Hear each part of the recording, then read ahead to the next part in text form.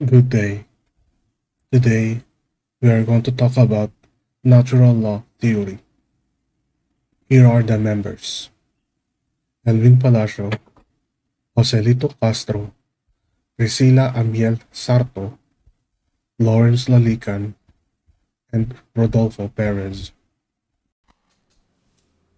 For context, natural law ethics suggests that there are universals or natural aspects to morality and ethics that are intrinsic to human nature. Examples of this are family, community, truth and justice, reproduction, death, life, just to name a few.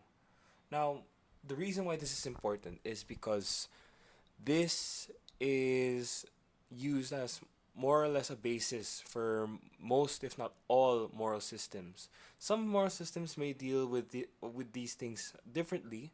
However, it is always a constant that these have some sort of importance or some sort of value when it comes to morality or ethics. Right there, some religious beliefs may be against some things, uh, and have their own way of dealing with it. Some religions may allow this. Let's say life, right? There are many ways to live a life. However, it's universal that life is lived in a sense. Now, same with death. Some people can be cremated. Some people can be eaten. In cannibalistic tribes here in the Philippines. But one universal thing is that the dead are important to some extent for some reason.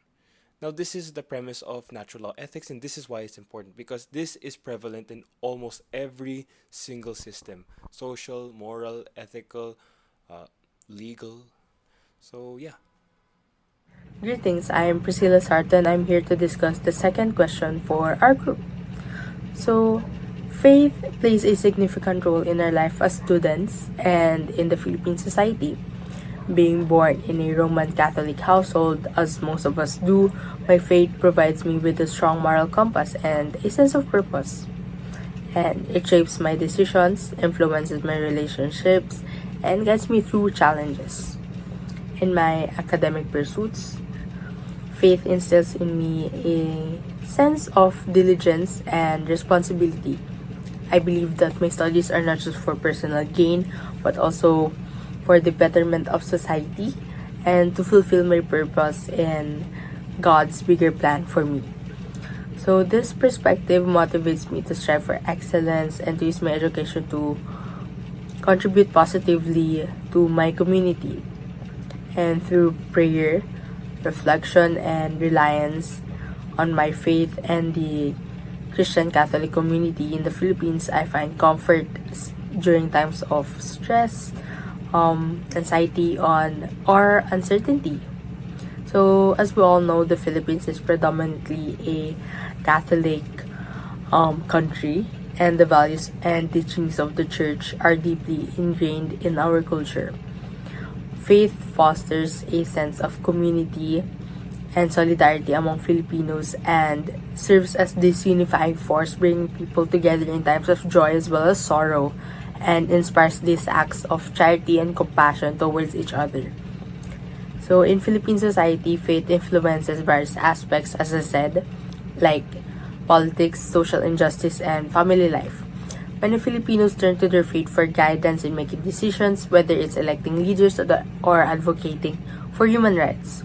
Overall, faith is just not a personal belief, but also a driving force that shapes both individual lives and societal values of Filipinos. Religion promotes peace and unity by the belief to an existing God that created all of us humans, and commandments to love Him and take care of one another. We are to do good and restrain our tendency towards committing evil acts that would lead us to sin and punishment in the consequences, and bring ourselves to aid those people who are around us when they are in trouble or in need. While there are varying teachings in different religions, most of them related to doctrinal actions and beliefs, these religions holds on to what we were able to consider as our natural laws, further elaborated and structured by Thomas Aquinas. Religion can have both positive and negative impacts on global stability. While it often promotes peace and unity by fostering a sense of community, shared values, and moral principles, it can also contribute to conflict and instability when used to justify violence, discrimination, or oppression. In some cases, religious differences have sparked tensions between groups or nations, leading to conflicts and even wars.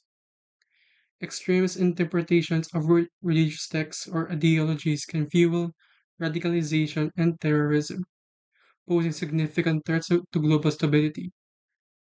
However, religion can also play a positive role in promoting peace and reconciliation.